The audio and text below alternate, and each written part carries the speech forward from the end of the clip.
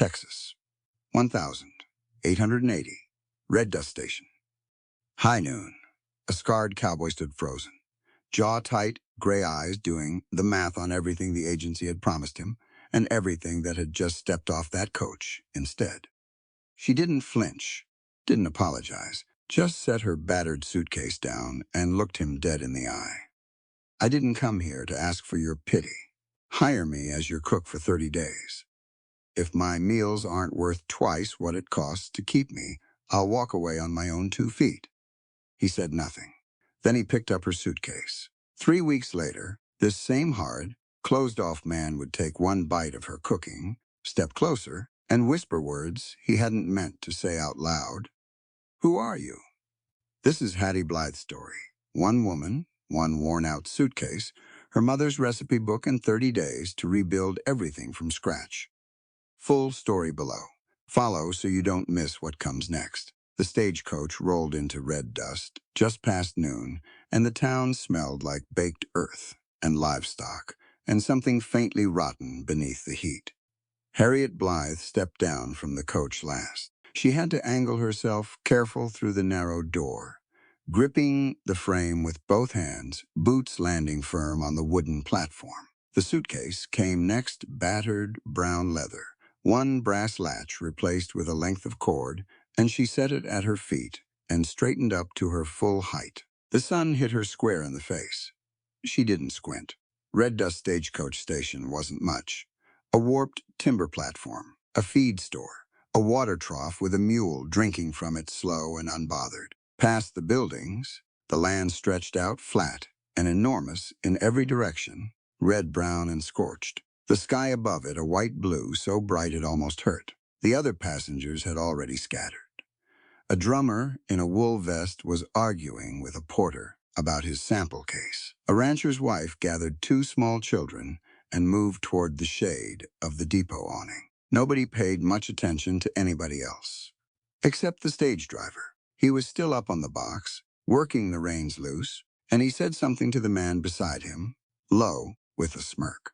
The other man looked at Hattie and laughed through his nose. She heard it. She always heard it. Hattie picked up her suitcase.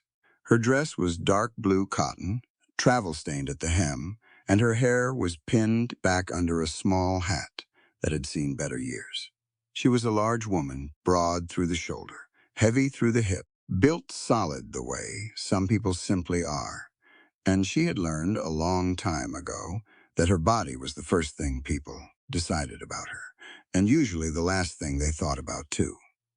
She walked to the edge of the platform and looked out at the road. A rider was coming in from the west.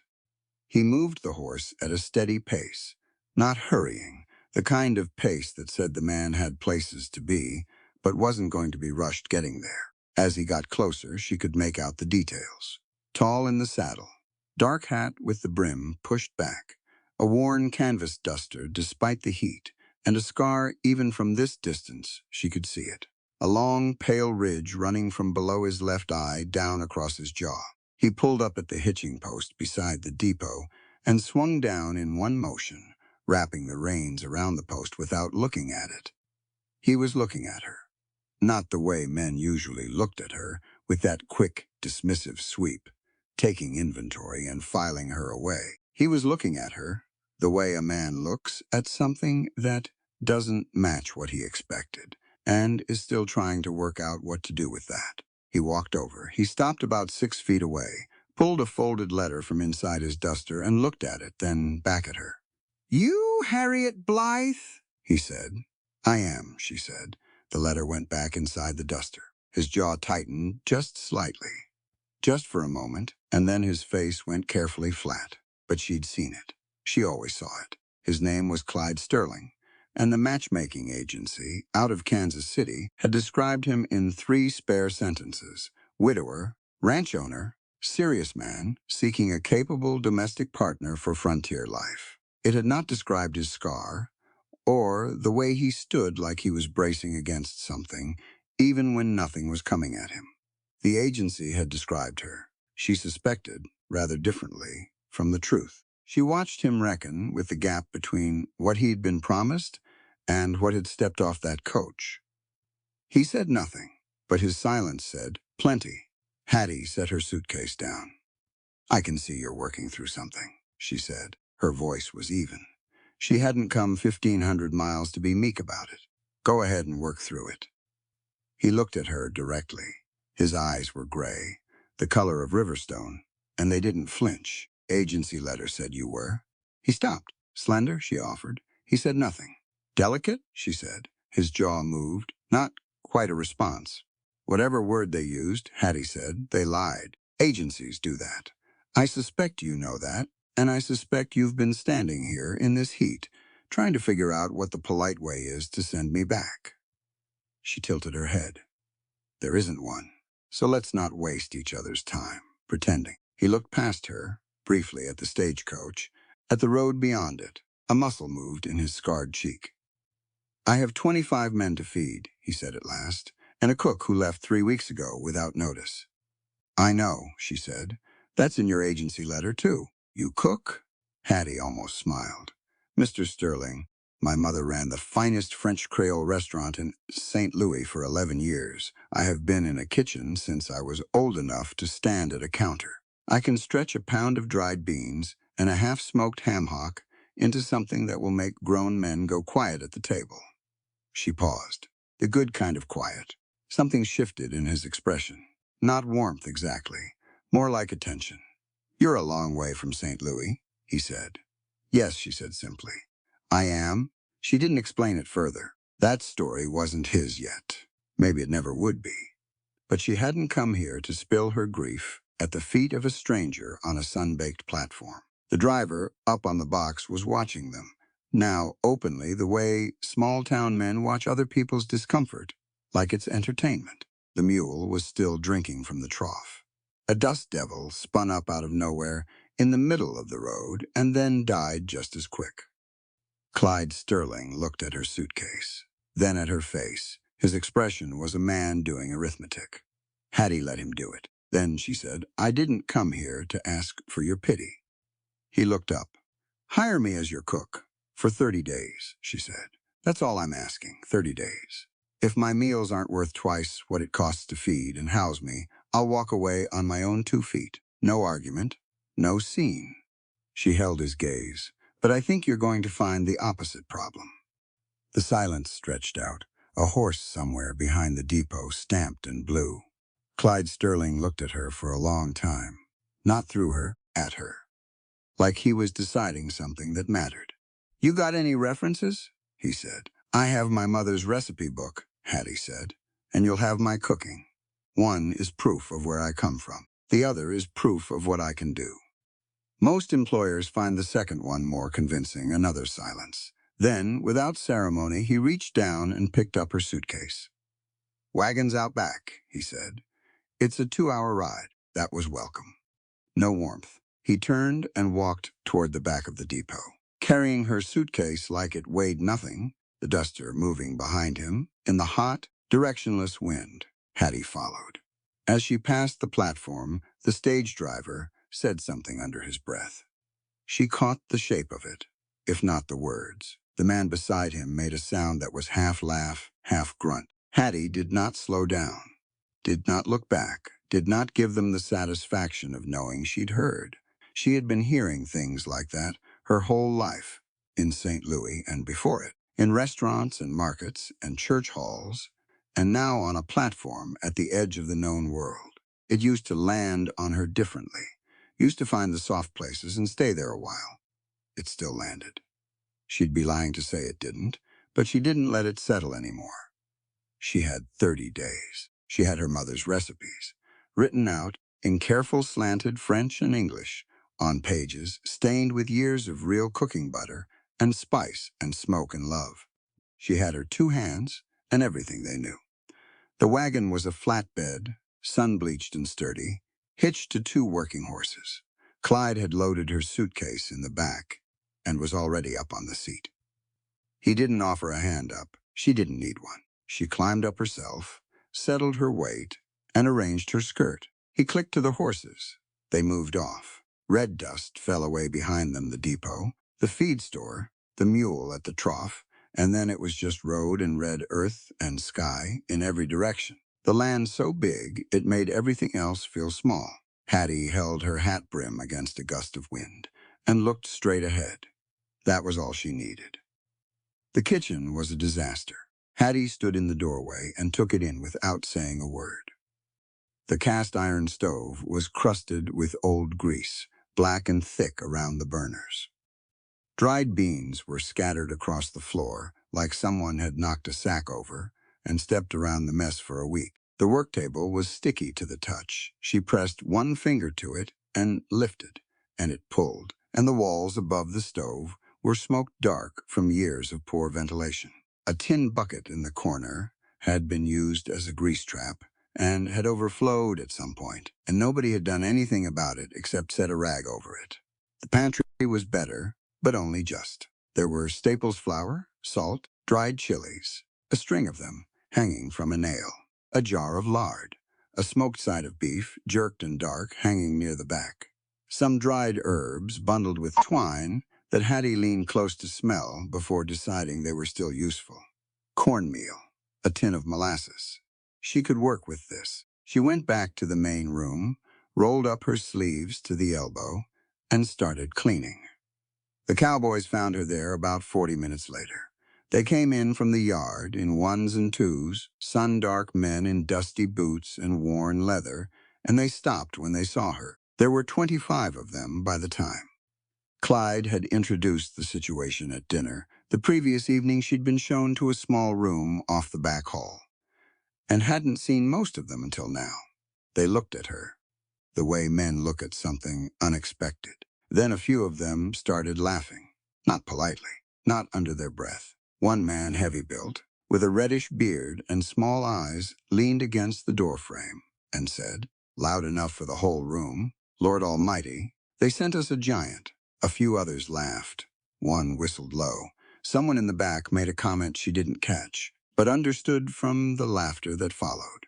Hattie kept scrubbing the stovetop. She didn't look up, didn't pause. She had a piece of rough cloth and a tin of baking soda, and she worked the grease in slow circles, methodical, the muscles in her forearm moving steady. The laughter ran its course. When it quieted, she said, still without looking up, "Breakfast is at 6. If you're late, you eat cold." Silence. Then boots shuffling, and they drifted off. She worked until the kitchen smelled like clean iron and wood smoke instead of rancid grease. She blacked the stove and got the fire going, testing the draw of the flue, adjusting the damper twice before she was satisfied. She scrubbed the work table until the grain of the wood showed through. She swept the floor twice, mopped it once with water and a splash of vinegar, and hung the dried chilies closer to the stove, where they'd be within reach. Then she sat down with her mother's recipe book. The book was the size of a hymnal. The cover dark brown leather, the spine held together with a length of ribbon her mother had stitched on when the original binding gave out. The pages were thick, rough-edged, covered in her mother's hand French in one column, English translation alongside it, with margin notes added over years of actual use, measurements adjusted, substitutions noted, small drawings of herbs and cuts of meat. Hattie ran her thumb down the edge of the pages. She knew what she was going to make. She'd known since she looked at the pantry. But she sat with the book open anyway, the way she always did.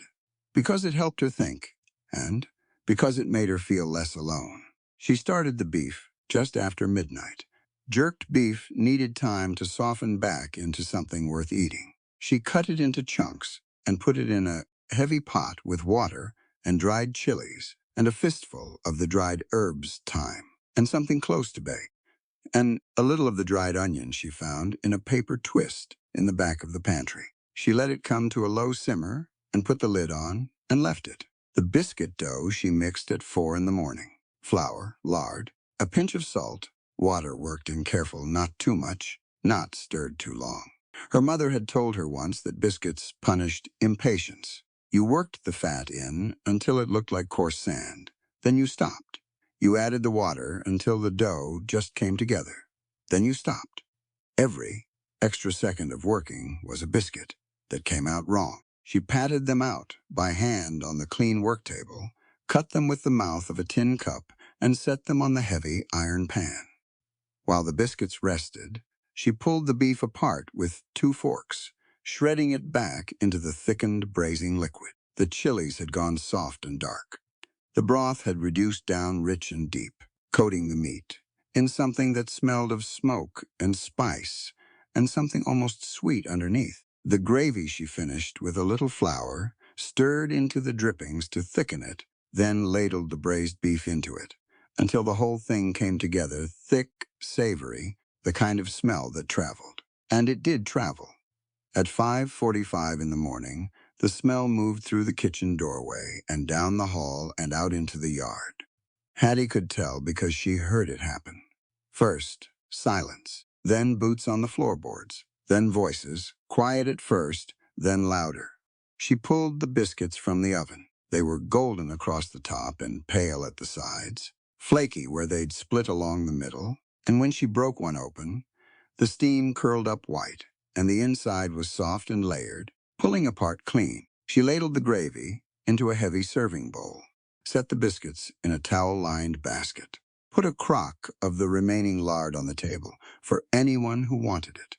She had no butter. Next time she'd find a way to get butter. The men came in.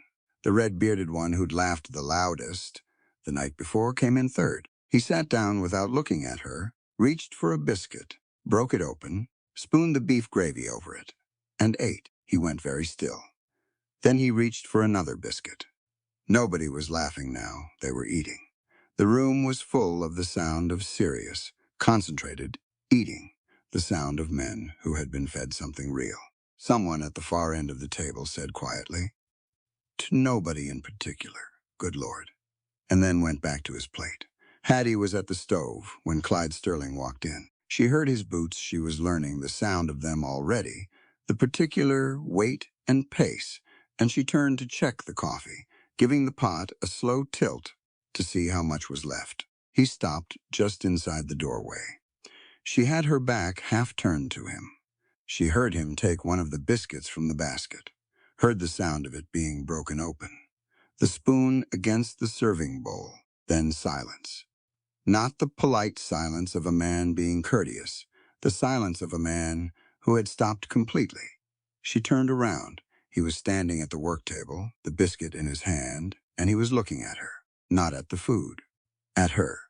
His gray eyes were open in a way they hadn't been yesterday, open in a way she suspected they weren't very often, and there was something moving across his scarred face that he clearly didn't know what to do with. He took a step closer. She didn't move back. He looked at her directly, without the discomfort of the day before, without the careful flatness he'd used on the platform, and he said it quietly, almost to himself, like the words came out before he decided to say them. "Who are you?" Hattie held his gaze. "I'm someone who knows how to honor a hungry man," she said. The room behind him was full of 25 men eating in near silence.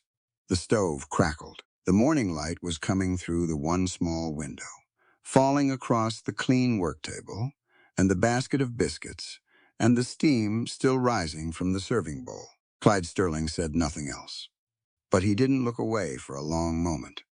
Then he carried his plate to the table and sat down and ate, and Hattie turned back to the stove, and the kitchen smelled like wood smoke and spice and fresh bread, and outside the Texas morning was just beginning to turn gold. She had 29 days left, she thought. They might be enough. She refilled the coffee pot and added grounds and set it back on the heat. She wiped the work table down and put the book back in its place on the shelf she'd cleared for it. She started thinking about what she'd make for the midday meal. She didn't smile, exactly, but something in her chest that had been wound tight for a very long time loosened just a little. Just a little. It was enough. The trouble started on a Thursday, with a bowl of stew and a boy's uneven walk across the dining hall floor. Jesse was 17, thin, in the way of someone who'd grown fast and hadn't been fed properly for most of it. He had dark hair that fell over his forehead and a serious face, and a right leg that had been badly set after a break some years back, leaving him with a hitch in his gait that made the floor creak unevenly when he crossed a room. He did handyman work around the ranch mending fences, hauling wood, fixing what broke, and he did it, without complaint and without much conversation, which Hattie had noticed and respected. She'd been watching him for 4 days now, watching how he moved through the dining hall, careful, eyes down, trying to take up as little space as possible, watching how he positioned himself at the far end of the table and ate fast and quietly and left before the conversation got loud. She understood that positioning. She'd practiced it herself. On Thursday, the red-bearded man, his name was Darnell, she'd learned, and he was loud in the way of someone who had decided his size, entitled him to make the room conform to him, waited until Jesse was midway across the dining hall floor, carrying his plate, to say it. "Here comes the cripple," Darnell said. To no one specifically. To everyone. 2 men at his end of the table laughed. One of them did an exaggerated imitation of a limping walk with his upper body, seated in his chair. Jesse stopped walking. He didn't look up. His hand tightened on the plate. Hattie saw the knuckles whiten from across the room, and then he took one more step toward the end of the table and sat down without looking at anyone. Darnell said something else. Lower, and the 2 men laughed again. Hattie came out from behind the stove. She walked to the center of the dining hall, and she stood there. And the room noticed. It went quiet the way rooms go quiet when someone is about to say something that matters. She looked at Darnell. "You find something funny?" she said. Darnell leaned back in his chair and spread his hands like it was all very light and ordinary. "Just making conversation, ma'am." "That wasn't conversation," Hattie said. "That was cruelty, dressed up as a joke." She let that sit for a second. Then she looked around the room not accusingly, just steady, and she said it clearly, so everyone could hear. "In this world, neither the size of a person's body nor a crippled leg defines the space a human being is entitled to occupy." She paused. "Their dignity and their heart are the only things that decide that." Nobody laughed. Darnell's face had gone a dull red, somewhere between anger and embarrassment. Jesse was looking at the table. Hattie looked at Darnell one more moment longer, then turned and went back to the stove. She ladled a generous portion of the midday stew into a bowl, took a thick piece of cornbread from the pan, and carried it down to the end of the table where Jesse sat. She set it in front of him. "Eat while it's hot," she said simply, and went back to work. The dining hall was quiet for a full minute. Then the ordinary sounds of eating and low conversation came back in, and the meal went on.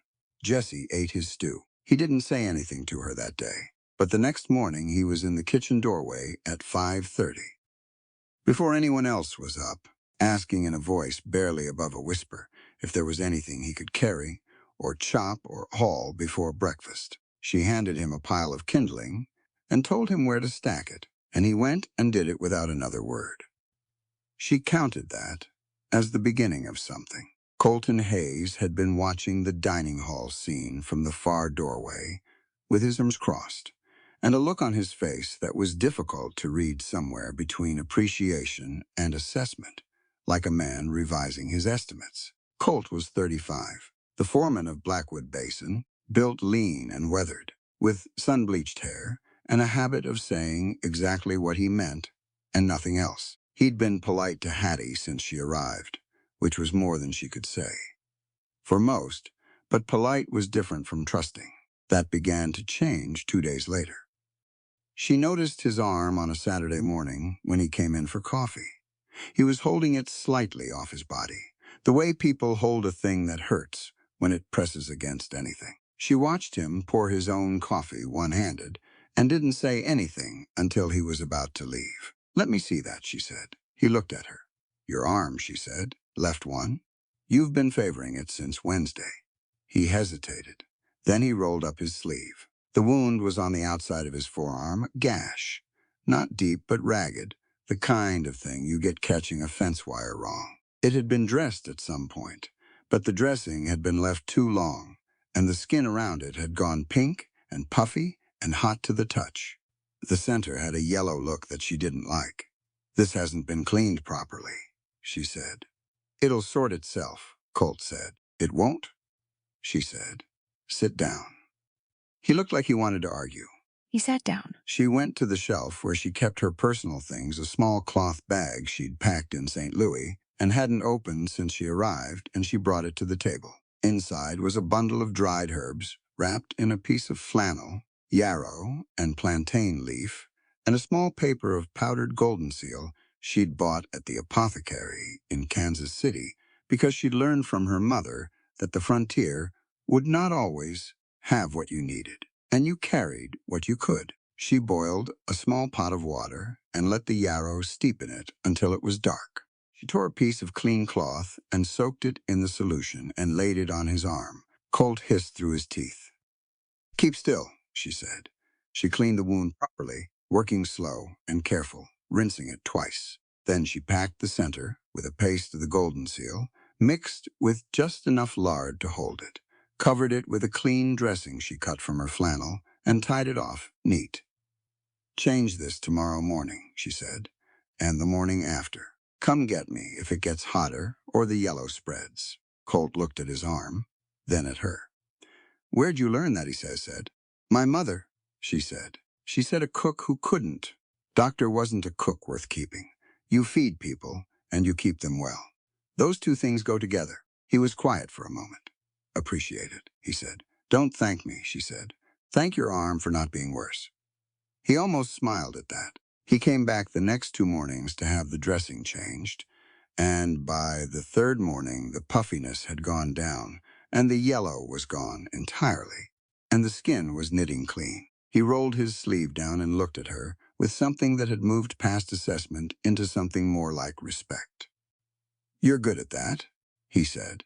I know, she said, and handed him his coffee. Word moved through the ranch quietly. After that, the way word does when something shifts and everyone feels it, but nobody announces it. Men who had smirked in the first days now said good morning. 2 of them started appearing in the kitchen doorway around mid-afternoon to ask what was for supper, not because they needed to know, but because they wanted to be there.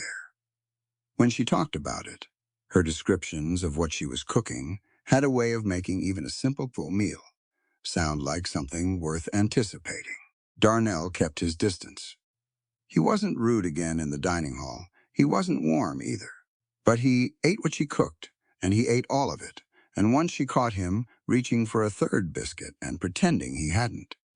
She let him pretend. Clyde, she noticed, was rarely in the main house during daylight. He was up before she was. She could hear him moving through the house before dawn, could hear the door open and close, and his boots crossing the yard to the barn. He came in for meals, and he ate methodically and listened more than he talked, and then he was gone again. But she noticed things. She noticed that he came in later than anyone else. On the nights he was wrestling with the account books, she could see the light under his study door and hear the quiet sound of papers being moved, and that when he finally came to the kitchen for water or coffee, he looked like a man carrying something heavy and invisible.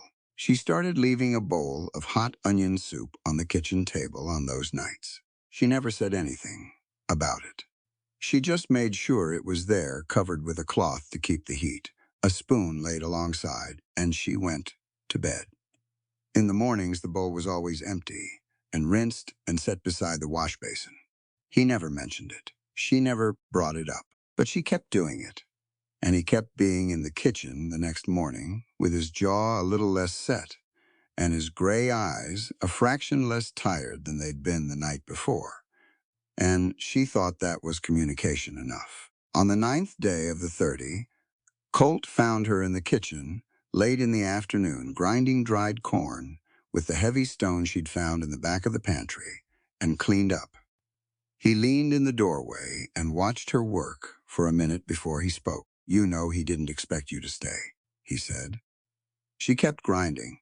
I know the agency sent 2 others before this, Colt said. First one left in a week. Second one didn't even make it to the ranch. Took one look at the road from town and paid her own way back east. I'm not them, Hattie said. No, Colt agreed. He was quiet for another moment. He's not easy, he said. Clyde. He's a fair man, but he's not easy. I didn't come looking for easy, Hattie said. I came looking for enough. Colt considered that. He nodded once, slowly, and pushed off the doorframe. Supper smells good, he said. It is good, she said. He left. She kept grinding, the stone moving in steady circles, the cornmeal building up fine and pale in the wooden bowl below. Outside, the Texas evening was cooling down from the furnace of the afternoon into something almost bearable, and somewhere out in the yard, she could hear the sound of men finishing their work for the day boots on packed earth, a horse being led back to the stable, someone calling out to someone else across the yard. Normal sounds. Ranch sounds. Hattie had learned years ago in her mother's kitchen in St. Louis that a meal was never just a meal. It was a statement. Every dish said something about what you thought people deserved. Her mother had cooked for men who ate in her restaurant, who would never have spoken to her on the street, and she had cooked for them with the same care and precision she gave every plate, because she believed that the act of feeding someone well was a form of argument, an argument that said, "You are worth this. Your hunger matters." Sit down, Hattie believed that too. She had been making that argument every morning at 5:45 and every noon and every supper for 9 days now, and she could feel the room starting to agree. 21 days left. She thought about what she would make for Sunday, something that took time, something that would fill the dining hall with a smell so good it reached the yard. She thought she might do a proper Creole red beans and rice if she could find the right peppers in town. Maybe bake a sweet potato pie. Her mother had made pie on Sundays. Hattie pressed her palm flat against the cover of the recipe book on its shelf just for a moment, just to feel it there. Then she picked up the stone and went back to work. The water stopped on a Tuesday.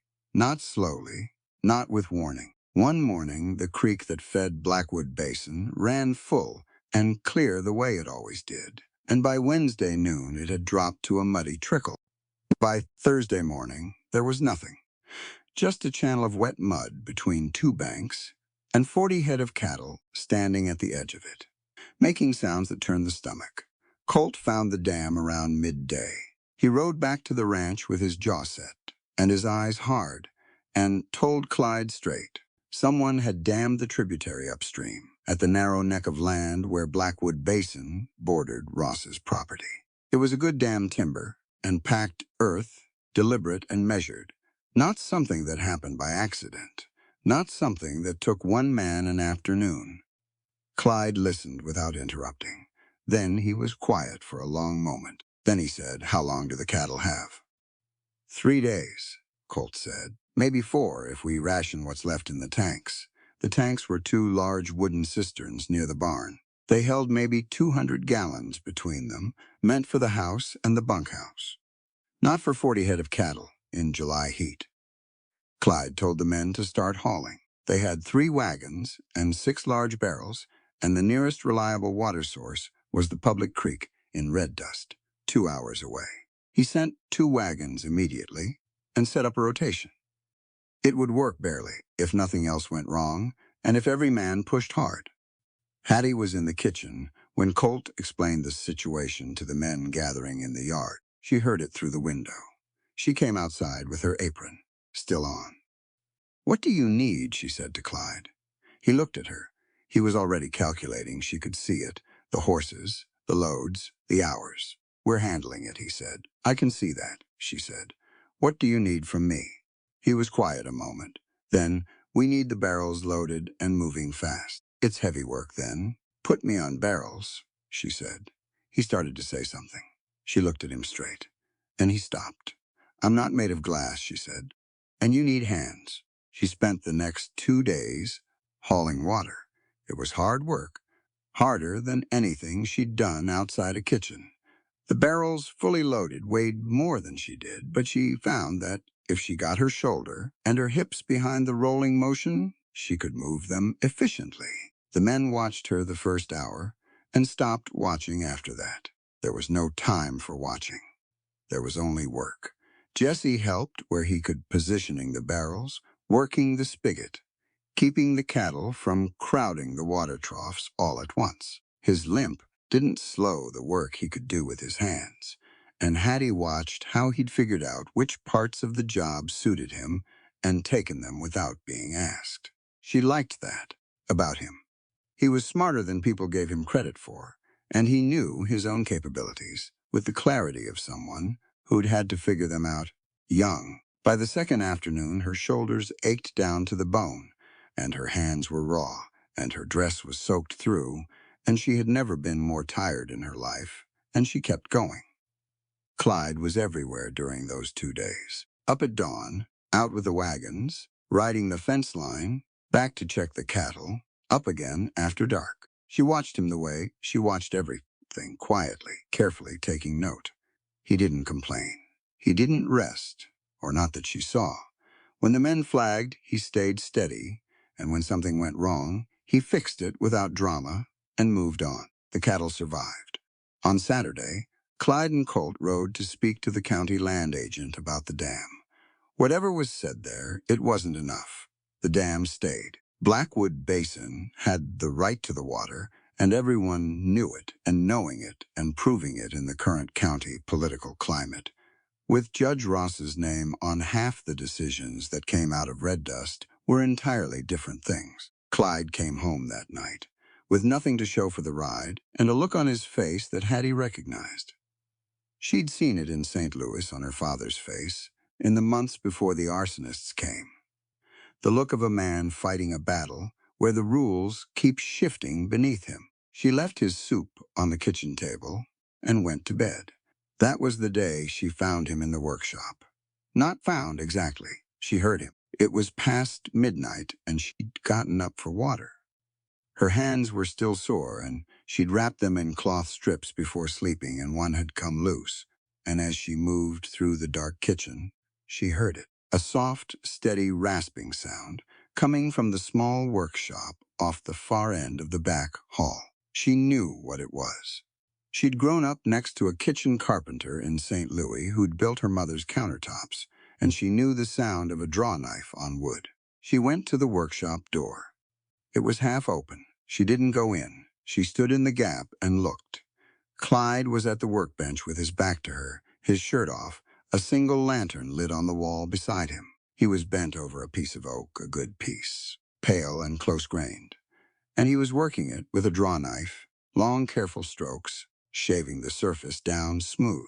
Sweat ran along the ridge of his spine. The scar across his jaw continued down onto his neck, and she could see now that there was a second scar across his left shoulder, older and wider. Whatever made that one had been serious. He was carving a stool. She watched him for a moment without understanding. Then she understood.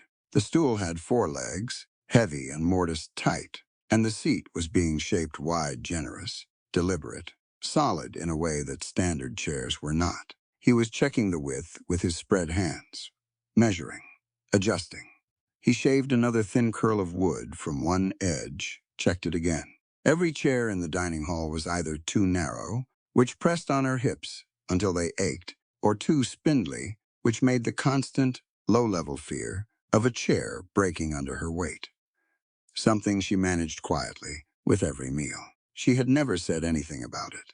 She had simply learned which chairs were the safest, and always sat in those. He was making her a chair that wouldn't do that to her. He didn't know she was there. He was simply working, steady and focused, in the middle of the night, after 2 punishing days of water hauling and a legal defeat, and an evening of account books that had to be worse than they looked. He was using his hands to say something he didn't have words for.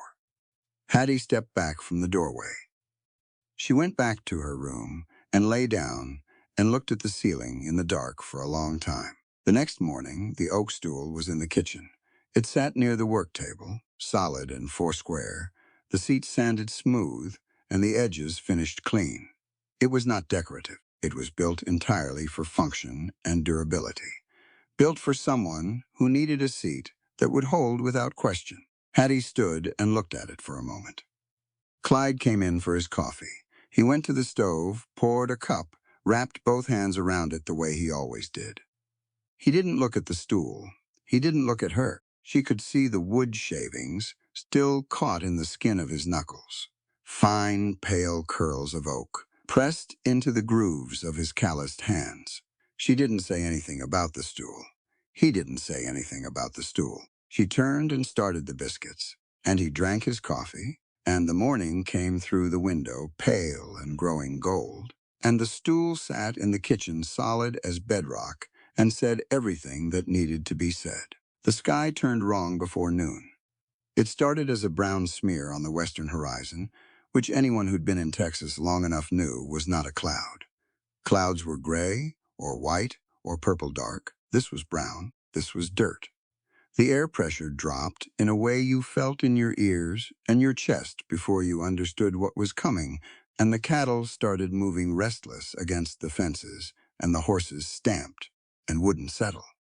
Colt saw it first. He stood in the yard with his hat in his hand and looked west and said quietly, "Black blizzard." The men heard it and moved. A black blizzard, a rolling wall of dust, sometimes a mile high, picking up topsoil and grit from hundreds of miles of dry Texas range, could strip paint off wood, suffocate livestock, and turn midday into midnight in under 20 minutes. You didn't argue with it.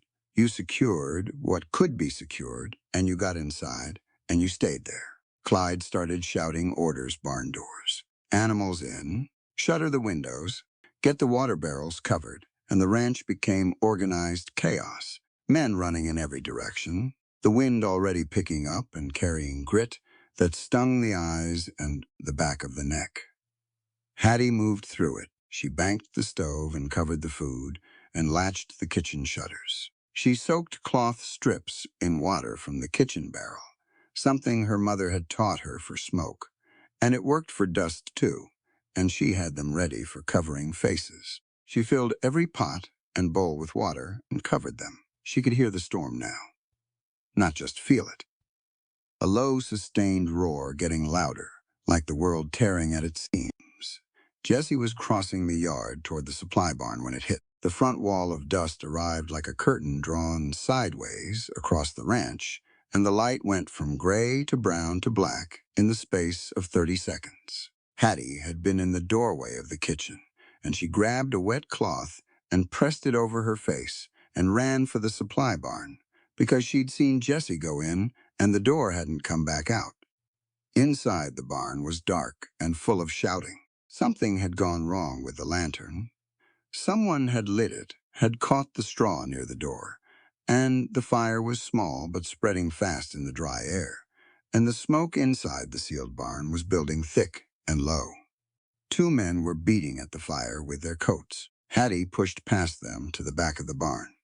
Jesse was on the ground. A burning beam had come off the wall mount, old wood, dried out, weakened, and it had fallen across his legs. Not on fire anymore, but heavy and smoldering at one end, and Jesse's face was white and tight with the effort of not yelling. She grabbed the beam with both hands. It was hot enough to brand. She took the heat across her palms and heaved. The beam was old and heavy, and it moved not enough. She repositioned her feet, dropped her center of gravity the way she'd learned lifting water barrels, and heaved again. It rolled free. Jesse pulled his legs out from under it. She got him upright, and he could stand. The legs weren't broken by luck or by grace, and she got him to the barn door and outside into the roaring dark of the storm. The yard was chaos. She couldn't see more than 10 feet. The wind was a physical force, knocking her sideways. She had Jesse's arm over her shoulder, and they were moving toward the main house when she heard the shot. One shot, then two more in fast succession. Then men's, voices not the ranch hands' voices. Other voices, rougher, with a purpose in them that made her stomach drop. She got Jesse through the kitchen door and inside and turned him over to the wall and told him to stay down and went back to the doorway. In the swirling brown darkness, she could see shapes moving. The supply barn was properly burning now, orange light cutting through the dust. Ross's men, she couldn't see faces, but she could see the organization of them, moving in a pattern that wasn't random. They'd used the storm as cover. She heard Clyde's voice, shouting something she couldn't make out. Then she heard the gunfire break open. Not one shot, but several back and forth. Men scattered across the yard, firing through the brown dark at muzzle flashes and shapes. She pressed herself against the doorframe. She was looking for Clyde. She found him by the fence near the barn. He was firing, reloading, moving along the fence line toward a group of shapes near the burning barn. He moved fast and low and deliberate, and for a moment it seemed like he might reach the cover of the far fence post. Then he stopped. He turned half around, his hand going to his left side, and he went down, not stumbling, not falling against something. He went straight down, like a rope had been cut, and the red dirt came up to meet him. Hattie ran. She was halfway across the yard before she understood she'd moved. The wind tore at her dress, and the grit in the air cut at her face. And she couldn't see right, and she didn't stop. She could see him, could see the shape of him, on the ground, one hand moving against the dirt. She got to within 20 feet of him. Something hit her from the side, two of them, large and sudden, and the world spun, and she was fighting, throwing her elbow back hard enough to feel it connect with something solid. And then a burlap sack came down over her head, and her arms were grabbed from both sides and pulled back, and she couldn't get leverage, and the men were large, and there were too many of them. She screamed his name. The word tore out of her, and the wind threw it sideways, and she didn't know if he heard it. She was moving, being moved, her boots dragging across the ground, the dust roaring around her, and the orange light of the burning barn flickering through the weave of the burlap, and the ranch was falling away behind her. The last thing she heard before the roar of the storm swallowed everything was a sound she couldn't identify. It might have been a voice. It might have been the fire. Then there was only the wind and the dark and the red dirt rising around her like a wall closing in. Clyde was still on the ground. She didn't know if he was breathing. She didn't know anything, except that the sack over her head smelled like feed grain, and the hands gripping her arms were not letting go. And somewhere behind her, the ranch she had spent 30 days learning to love was burning in the black dark of the storm. Clyde came back from the dark slow, like a man swimming up through something thick. The first thing he felt was the ground-packed dirt, gritty and still warm from the day's heat, even with the storm howling over it. The second thing was the pain, a deep hot pressure in his left side that pulsed with every breath and told him something serious had happened there. The third thing was Jesse's voice, close to his ear, saying his name over and over with the particular urgency of someone who does not want to be the only person awake in a catastrophe. He opened his eyes. The storm had thinned some, still bad. Still a brown churning dark, but the worst of the front wall had passed, and there was enough visibility to see the supply barn was burning hard, and that the yard was emptied of everyone except Jesse and Colt, who materialized out of the murk about 30 seconds after Clyde managed to get himself onto one elbow. Colt dropped to his knees beside him. His face had a cut above one eyebrow, bleeding freely, and he didn't seem to notice it. "How bad?" he said. "Through the flank," Clyde said. "Left side. Still, here, so." It missed the vitals. "Can you stand? Give me a hand." They got him up. He stayed up, which told him the bleeding was bad but manageable if they moved fast. Colt got a length of cloth around his midsection and pulled it tight, and Clyde's vision went white for a moment, and then came back. "Where is she?" Clyde said. Jesse's face answered before he did. The boy's jaw was tight and his eyes were wet, and he was looking at the ground. "They took her," Colt said. "Ross's men. During the gunfight." He paused. "I'm sorry, Clyde. There were too many of them in the dark, and we couldn't—" "Get me my horse," Clyde said. "You've got a bullet wound in your side." "Get me my horse, Colt." Colt looked at him for a long moment. Colt had known him 15 years, and he knew when there was no argument left to make, and this was one of those times. He went and got the horse. Jesse pressed a folded cloth against Clyde's side and told him to hold it firm. The boy's hands were steady, which was more than Clyde expected. He looked at Jesse, and Jesse looked back at him with that serious face and said, "Bring her home, I will," Clyde said. He mounted. The pain of it nearly took him off the other side. He held the horn and breathed until the white cleared from his vision, and then he straightened and looked out into the dying storm. There was no direction to go on, nothing. He needed a track, a mark, something Ross's men had left in their moving. The storm had scoured the yard clean of most prints, but he rode the perimeter slowly, one hand on the reins, one pressing the cloth to his side, checking the fence line. He found it on the east fence. A strip of blue cotton, dark at the edges, caught on a barb of wire at the height of a person being dragged. The color was the blue of her dress.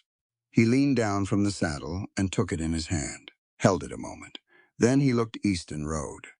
The trail wasn't obvious. He lost it twice in the first mile and had to circle back, reading the ground in the thin light of the storm's aftermath. A horse's hoofprint here, pressed deep under extra weight. A smear of mud where a wheel had cut through a low patch. He followed it the way you follow any faint thing, slowly, patiently, without panicking when it disappeared, trusting it would show itself again if he kept his head. 2 hours of riding, maybe a little more.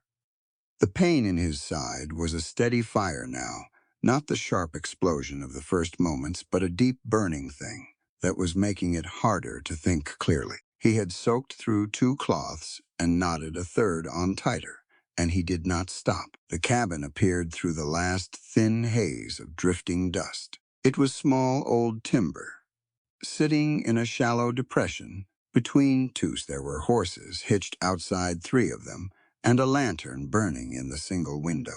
He dismounted slow and quiet, tied his horse back behind a growth of scrub, and moved in close on foot with his revolver drawn. He could hear voices inside.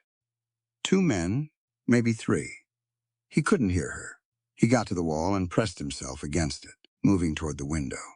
He was 10 feet out when something happened. The light inside the cabin changed, not went out.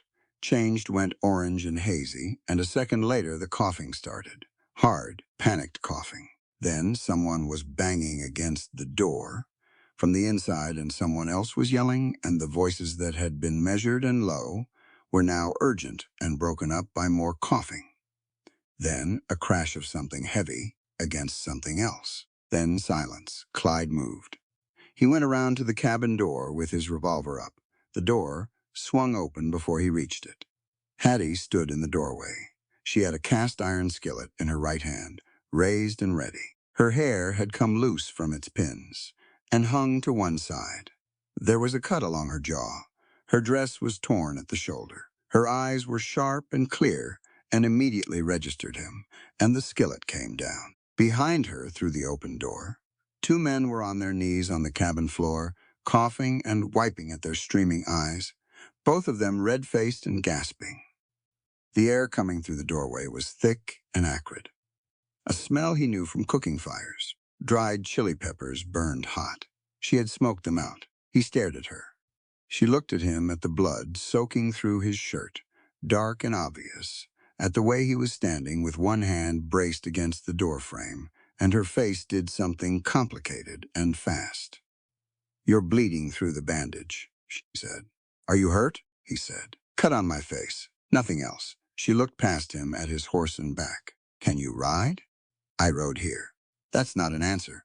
"It's the only one I have," he said. She came through the doorway, and he stepped aside for her, and she looked at the 2 men on the floor, still coughing. One of them with his eyes swollen, nearly shut, and she said, "They'll recover. I used enough to blind them for a few hours. Not enough to do real harm." She looked at Clyde. "We need to move before they do." He didn't argue. She got herself up onto the horse behind him, her arms coming around his waist to hold on, and when her hands pressed against his side, he made a sound he couldn't stop, and she immediately shifted her grip higher. "I've got you," she said quietly at his back. He set the horse moving. He did not say what he was thinking, which was that he had ridden 2 hours through pain and blood and a fading dust storm, following a strip of her dress caught on barbed wire, and that he would have ridden considerably farther without stopping. He did not say that when Jesse told him they'd taken her, the thing that went through him was not the organized fear of a man with a problem to solve, but something rawer and older and harder to name than fear. He just rode. She kept her arms around him and didn't speak, and the Texas night opened up around them, dust-hazed and vast, and somewhere behind them, the cabin's lantern light shrank to a point and disappeared. The cavern was not much, but it was out of the wind. Clyde had known about it since boyhood, a shallow limestone cave cut into the base of a bluff about a mile from the east fence of Blackwood Basin. He'd sheltered cattle there in bad weather. He'd slept there once himself, years ago, caught out in a storm with a lame horse. It was dry, and it went back far enough to hold heat, and the entrance was narrow enough to block the worst of any wind. He got off the horse badly. Hattie was down first, and she got under his arm before he had to ask. Inside, she sat him down against the cave wall and built a small fire from the scrub brush and deadfall near the entrance efficiently, without fuss, striking the flint and steel from his saddlebag, with the confidence of someone who had learned to build a fire, because it was a necessary skill and not a romantic gesture. When the light steadied, she looked at his side. She peeled the soaked cloth away, and her face went still and focused. He watched her look at the wound with the same expression she used for problems she was working out. Not alarmed, but serious, assessing. The bullet went through, she said. Entry and exit. That's better than the alternative, I know, he said. It needs cleaning and it needs stitching. She looked up. I don't have what I'd like. I have what's in the saddlebag. There's a needle and thread in the kit, he said, and a flask. Whiskey? Better than nothing. By a thin margin, she said, and went to the saddlebag. She cleaned the wound with the whiskey first, pouring it slow and direct, and the pain was white and absolute for about 15 seconds, and then settled back to burning. He did not make a sound. She threaded the needle by firelight. Her hands were completely steady, which he noticed, and she worked. He focused on the cave wall across from him and breathed even. She was quiet for a while. The fire crackled. Outside, the wind was still moving through the scrub on the hillside. Not violent anymore, just steady. Then she said, Talk to me. It helps you stay still. About what? Anything true, she said. He was quiet for a moment. My fiancée died 5 years ago, he said. Fever. 3 days. There was nothing to be done by the time it took hold. He paused. Her name was Clara. Hattie's hands kept working. She didn't stop or change pace, just listened. I built this ranch thinking she'd be here, he said. The house, the kitchen, all of it. She was supposed to see it finished. He looked at the fire. She didn't. I'm sorry, Hattie said, simply, without adding anything to it. After, he said, I just kept going, kept working. Didn't see much point in anything that wasn't the land or the cattle. Cold was here, and that was enough. He paused. For a long time, I thought if I didn't let anything matter, nothing could be taken away. Does that work? She said. No, he said, but it keeps you moving. She tied off a stitch. He felt the tension of it. When the agency letter came, he said, Colt talked me into it, said. I needed someone to feed the men, and that was true enough. I told myself that was all it was. She didn't respond to that directly. She moved to the next place and kept working. He said, Your turn. She was quiet a moment. My family owned a restaurant in St. Louis, she said. My father came from France, and my mother was Creole from New Orleans, and together they made a kitchen that was unlike anything else in that city. Her voice was level. We weren't rich, but the restaurant was ours, and it was full most nights, and my mother cooked, and my father managed the floor, and I was in that kitchen from the time I could stand at the counter. She paused. There was a loan, she said. A man named Carver held the note. When my father couldn't pay it on his schedule, a schedule that shifted every time we got close, Carver sent men. Her jaw tightened. They waited until a Sunday night, when the restaurant was closed, locked us out and burned it. The fire popped. My mother got the recipe book out, she said. That was all that came out. She carried it in her apron, and she stood on the street, watching everything she'd built burn to the ground, and she held that book to her chest. She was quiet a moment. She died that winter, Hattie said. The cold. She'd gotten sick the night of the fire. and she didn't recover. She tied off another stitch. My father went to his sister in Chicago. I had no more reason to stay. And the agency, Clyde said. The agency was away west, she said. That's all. I needed to get somewhere where nobody knew me, and nobody had already decided what I was worth. She paused. I have heard things about my body my entire life, Mr. Sterling, in St. Louis and before it. People who looked at me and decided before I spoke a word what I was capable of and what I deserved and what space I was permitted to occupy. She said it without anger and without self-pity, just as information, as facts about the world she had navigated. I know what I'm capable of, she said. I never needed anyone to believe it. I just needed enough room to prove it. She finished the last stitch. She covered the wound with the cleanest cloth from the saddlebag and pressed it firm and tied it off. Then she sat back. He looked at her in the firelight. The cut on her jaw had dried and scabbed over. Her hair was half down across her shoulder. She was tired. He could see it. The particular tiredness of a person who has been running on Will for too many hours, but she was upright and present and looking back at him without flinching. He reached over and took her hand. Her hands were rough, calloused across the palm, cracked at the knuckles from cold water and lye soap and the hard work of a working kitchen. He held it in both of his, and she went still. Only a blind man wouldn't see, he said, that you are the most beautiful and courageous woman in Texas. She looked at him. She didn't deflect it or diminish it or make a practical joke of it the way he'd seen her redirect things before when the conversation came too close to something vulnerable. She just looked at him and let it be said. He leaned in. She met him halfway. The kiss was quiet and deliberate and tasted like wood smoke and whatever was left of the night, and the fire burned low beside them. And the wind outside moved through the dry scrub, and the cave held its warmth and said nothing about it one way or another. When they pulled back, she kept hold of his hand. Outside, the storm was done. The sky over Texas would be clearing now, the dust settling back to earth, the stars coming through the brown haze one at a time. The ranch was still out there. The land was still out there. Ross and his men and the syndicate behind them were still out there. All of that was true, but right now there was a cave and a fire, and two people who had stopped pretending that the walls they'd built were doing them any good, and Hattie sat with her back against the limestone and her shoulder against Clyde's arm, and they stayed that way until the fire burned down to coals and the darkness outside went from black to the first gray edge of morning.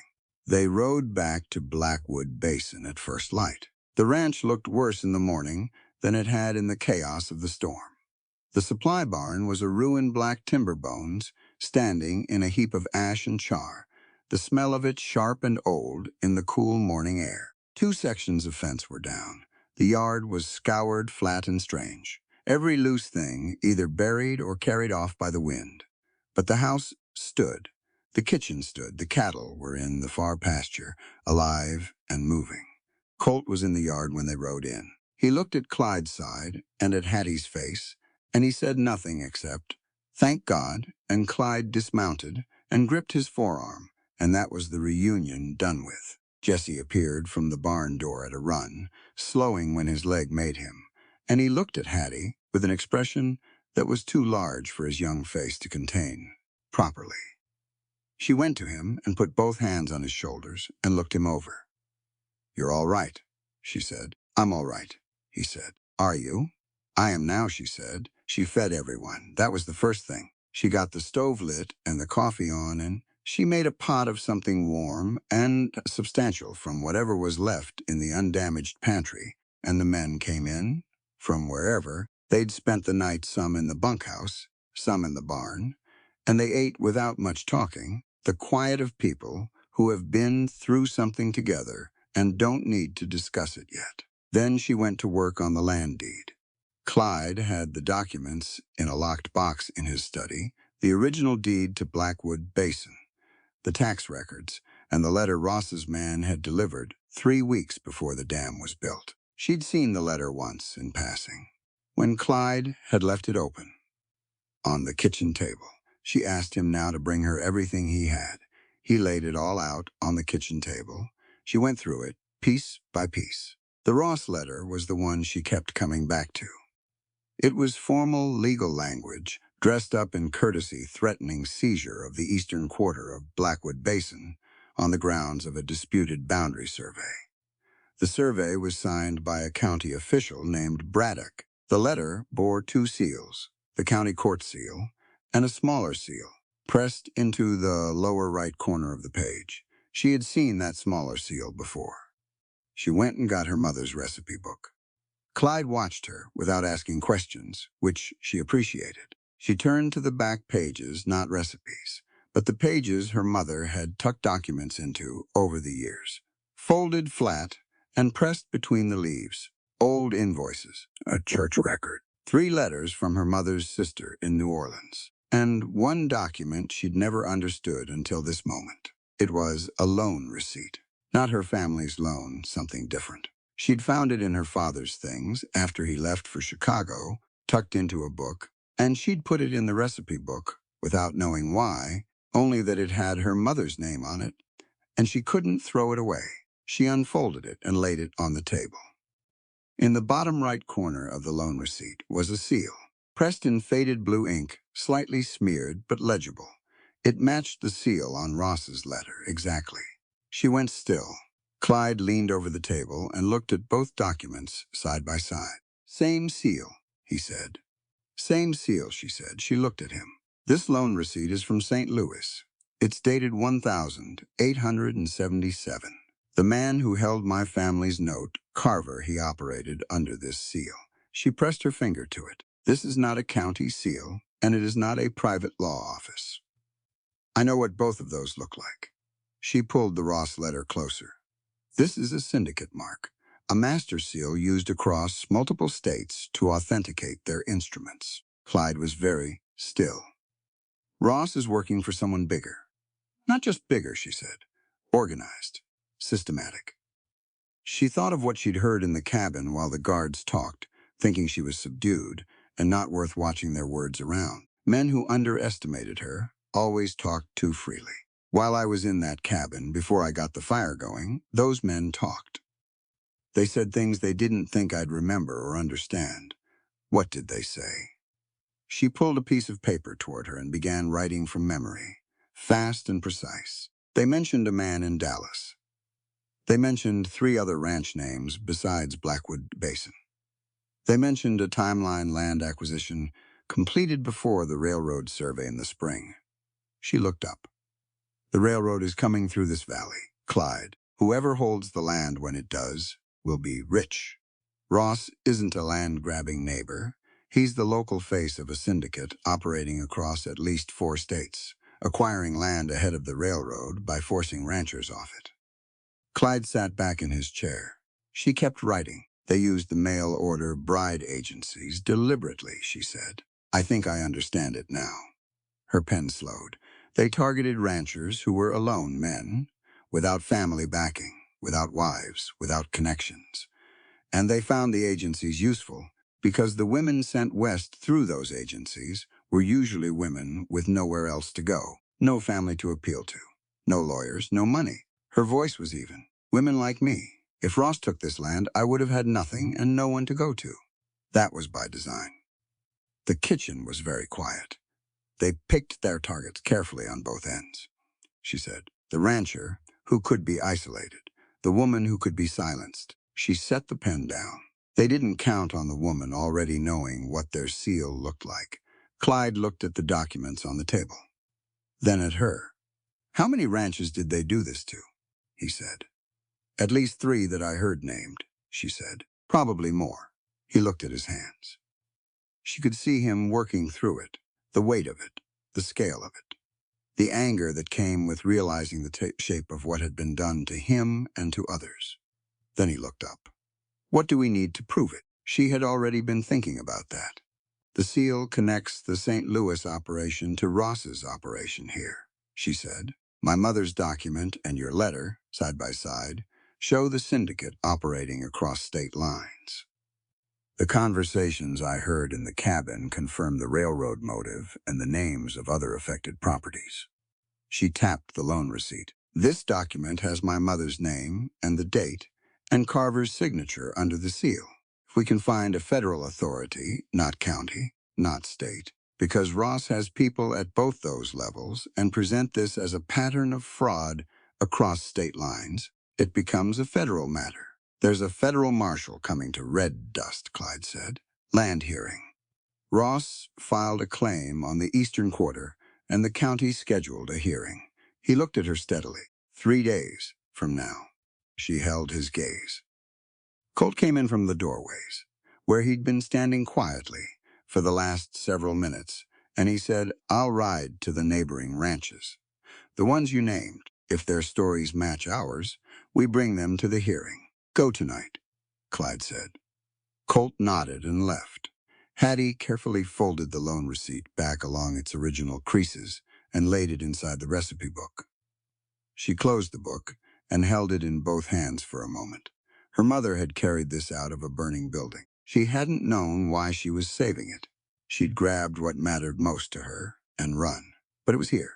It had traveled from St. Louis to Kansas City to Red Dust, Texas, tucked between a recipe for red beans and her sister's letters, and it had turned out to matter more than anyone could have known. Her mother had always said that a kitchen kept everything, every mark, every stain, every recipe was a record. Nothing was wasted. She hadn't been wrong. Red Dust on the morning of the land hearing looked exactly like a town that knew something was about to happen. People were on the boardwalks who didn't have obvious business there. The saloon was open early. 3 horses Hattie didn't recognize were hitched outside the sheriff's office, and the men who belonged to them were leaning against the wall, with the careful stillness of men who had been told to be in a particular place and wait. Ross's men. She counted 6 before she stopped counting. Clyde rode in at the front with Colt at his right and 4 ranch hands behind them. Hattie rode beside Clyde. She had the recipe book in her saddlebag, wrapped in oilcloth against the dust. She had the land deed, the Ross letter, the loan receipt, and 4 pages of her own handwriting, documenting the conversations she'd overheard in the cabin, signed and dated at the bottom by her own hand. 2 of the neighboring ranchers Colt had ridden to see were already there. A man named Purcell and a man named Garza, both of them with the same hard look of people who have been fighting a draining battle and are relieved to not be fighting it alone anymore. They had their own documents, their own demand letters, their own county survey manipulations, their own versions of the same story wearing different names. The federal marshal's name was Harding. He was already inside the courthouse, which was a room above the feed store with 4 long benches and a raised table at the front, and a territorial flag on the wall that had faded from too much sun. He was a compact man in his 50s, with a gray mustache and eyes that had the quality of someone who had seen most things and sorted them quickly and accurately. Ross arrived with his lawyer and 2 other men a few minutes after Clyde's group. He was well-dressed in the way of men who used clothing as argument, good wool, polished boots, a hat that cost more than most men made in a month. He had a broad face and an easy manner, and when he walked in, he looked at Clyde with the practiced confidence of a man who had already decided how this was going to go. He looked at Hattie once, briefly, and dismissed her the same way he'd probably dismissed every woman in every room he'd ever walked into. That was his mistake. It was the same mistake they all made. It started outside before the hearing formally opened. Ross's men made their move in the street. She heard the shouting from inside, then the specific flat crack of gunfire, and the room stirred, and Marshal Harding came to his feet and said in a carrying voice, "Nobody move from this room." He went to the door himself. Outside, Clyde's ranch hands and Ross's hired guns had met in the street in the way of 2 groups who'd been moving toward each other for some time. Colt was in the middle of it, she knew, and Jessie had stayed back at the ranch on her firm's instruction, and she was glad of that. The gunfight in the street was short. 4 shots, 2 from each side, And then Harding's voice from the courthouse steps with a federal authority in it that carried over the noise and made things stop. One of Ross's men was down with a leg wound. One of Clyde's hands had his hat knocked off and a gaze cut across his scalp up and was swearing fluently about it. Nobody was dead. Harding came back inside. "We will proceed," he said. Ross's lawyer made his case first. It was polished and long and rested on a county survey and 3 affidavits from men Hattie had never heard of, all of them attesting to the same boundary discrepancy. The survey document had the county seal and looked authoritative, and Ross sat through it with the expression of a man watching something he had bought perform correctly. When the lawyer finished, Harding looked at Clyde. Response. Clyde said, "I'd like Miss Blythe to present." Ross looked up for the first time with something other than confidence. Just a flicker.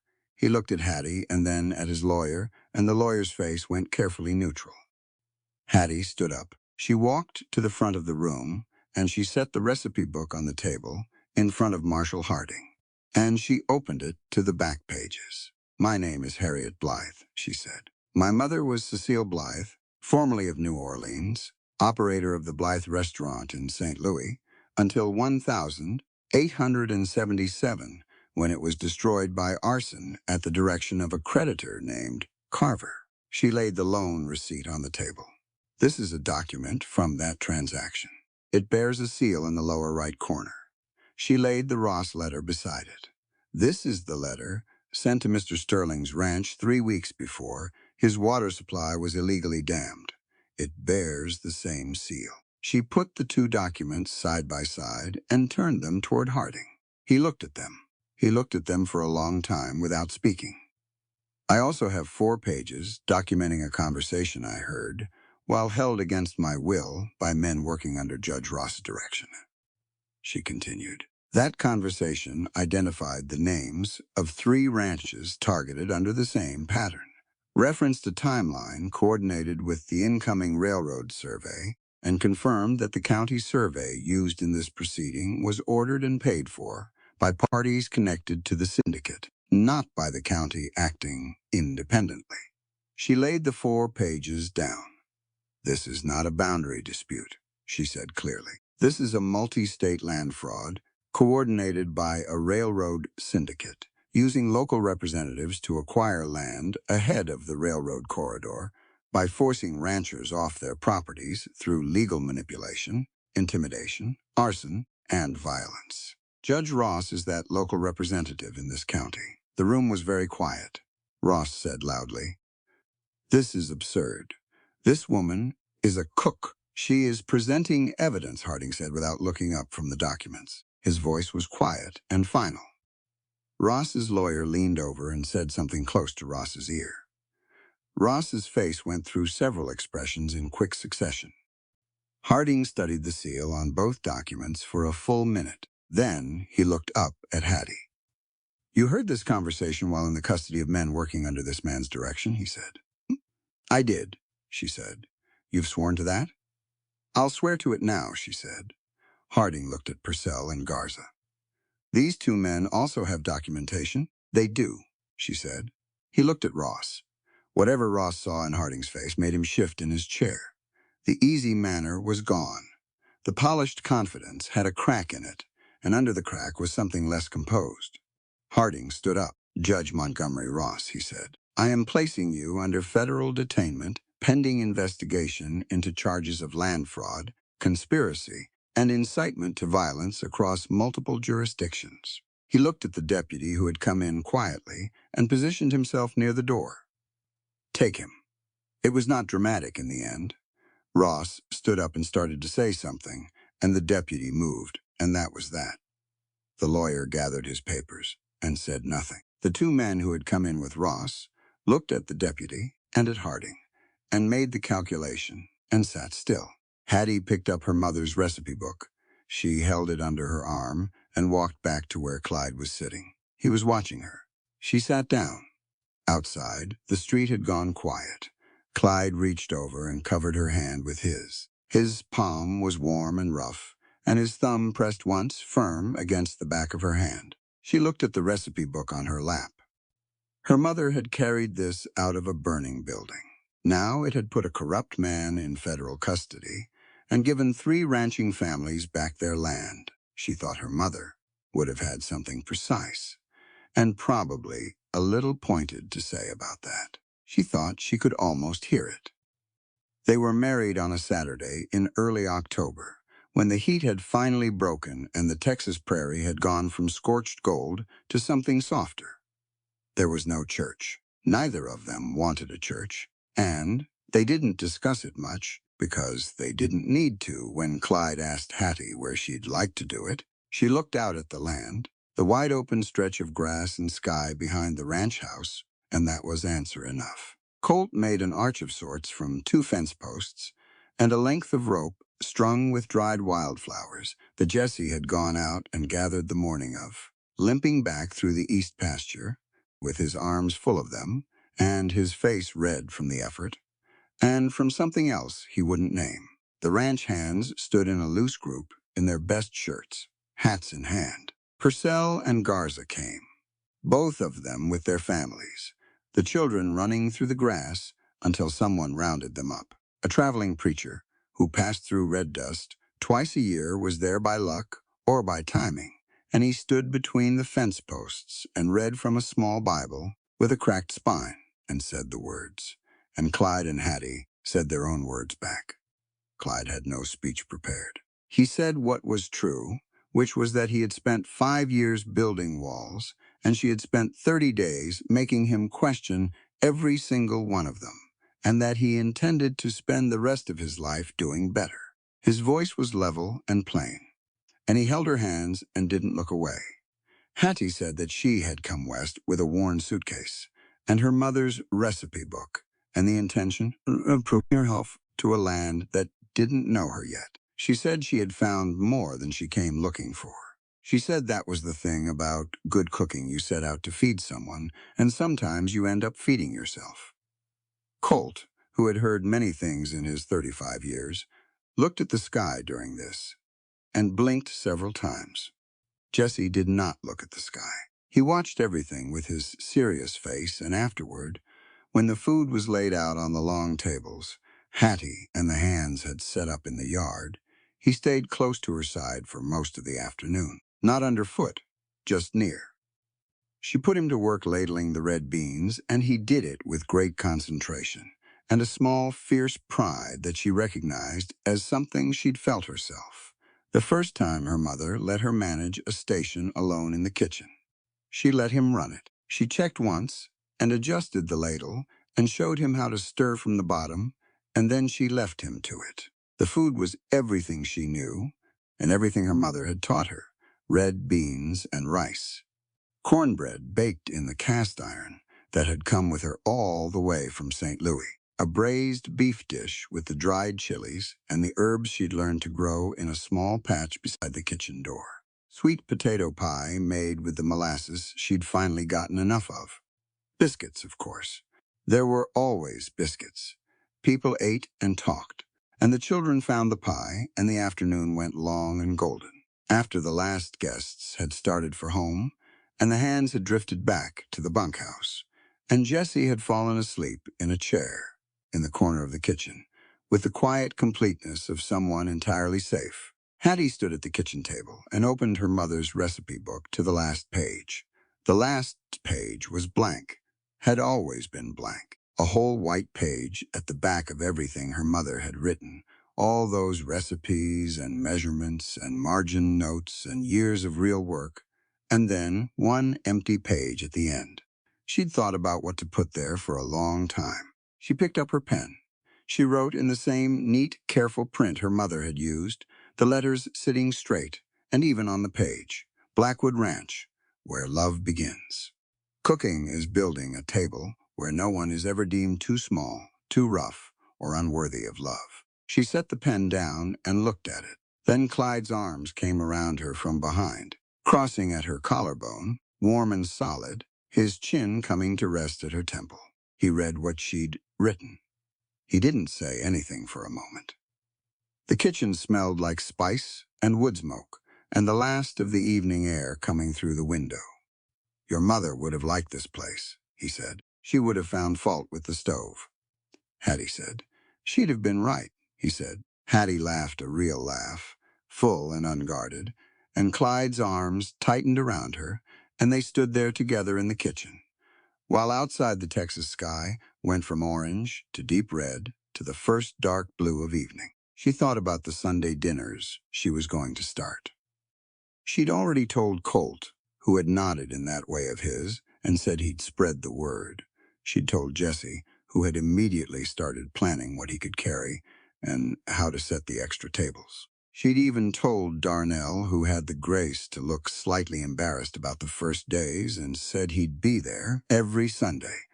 An open table, cowboys and orphans and travelers passing through. People with bad legs and rough manners and empty pockets and long roads behind them. People who had been told somewhere along the way that they weren't the right size or the right shape or the right kind for a seat at any table worth having. They would come to this one. She would make sure of it. Her mother had built a restaurant in a city that wasn't always sure it wanted her there, and she had cooked with the precision and pride of someone who knew exactly what she was worth and wasn't interested in arguing about it. She had built a table, and she had fed people well, and she had done it until someone burned it down. Hattie had rebuilt it, not the same table, not the same city, not the same life, but the same thing underneath, the belief that hunger was real, and that feeding people was serious, and that every person who sat down at a table deserved to feel that the food in front of them was made by someone who thought they were worth the effort. That belief had carried her from St. Louis to Kansas City to Red Dust, Texas.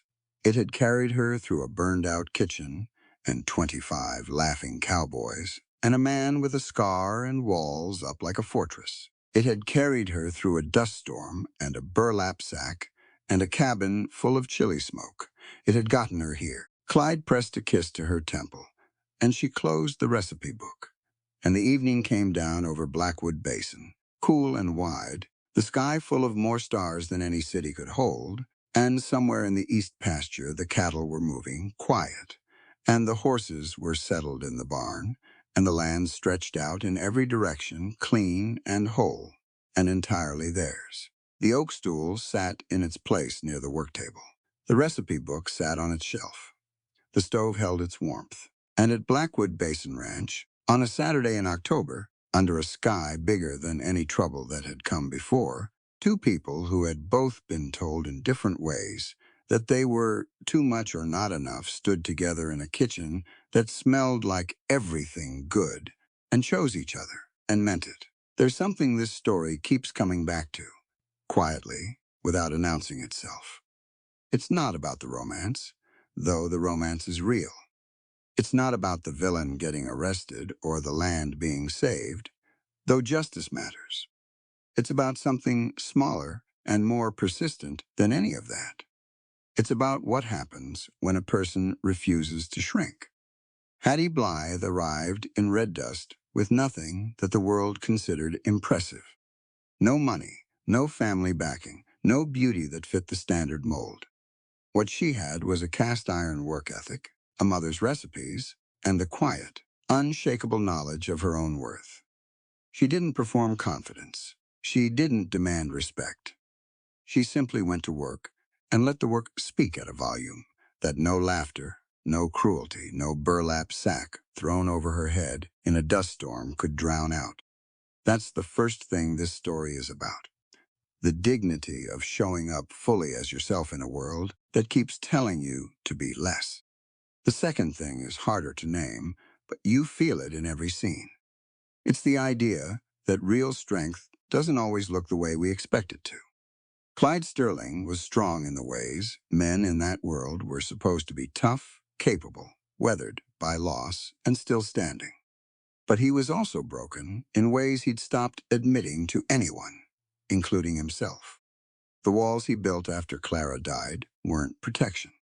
They were a slow kind of disappearing. And it took a woman he nearly turned away at a train depot to show him that letting something matter again wasn't weakness. It was the only way back to being fully alive. Neither of them saved the other in the dramatic, sweeping sense. What they did was simpler and more lasting. They made enough room for each other, to be honest. That's what the soup on the kitchen table was. That's what the oak stool was. Not grand gestures. Careful, deliberate acts of paying attention to another person's invisible pain and doing something about it, without requiring acknowledgement. That kind of love is quieter than the stories usually tell it. It's also the kind that holds. The third thing this story carries is something Hattie's mother understood before any of them. A table is never just a table. Every meal is a decision about who you believe deserves to be fed, to be seen, to take up space without apology. When Hattie stood in that dining hall and said that neither the size of a body nor a crippled leg defines the space a human being is entitled to occupy, she wasn't delivering a speech. She was stating a principle she had lived by her entire life, in a world that had spent that same lifetime trying to argue her out of it.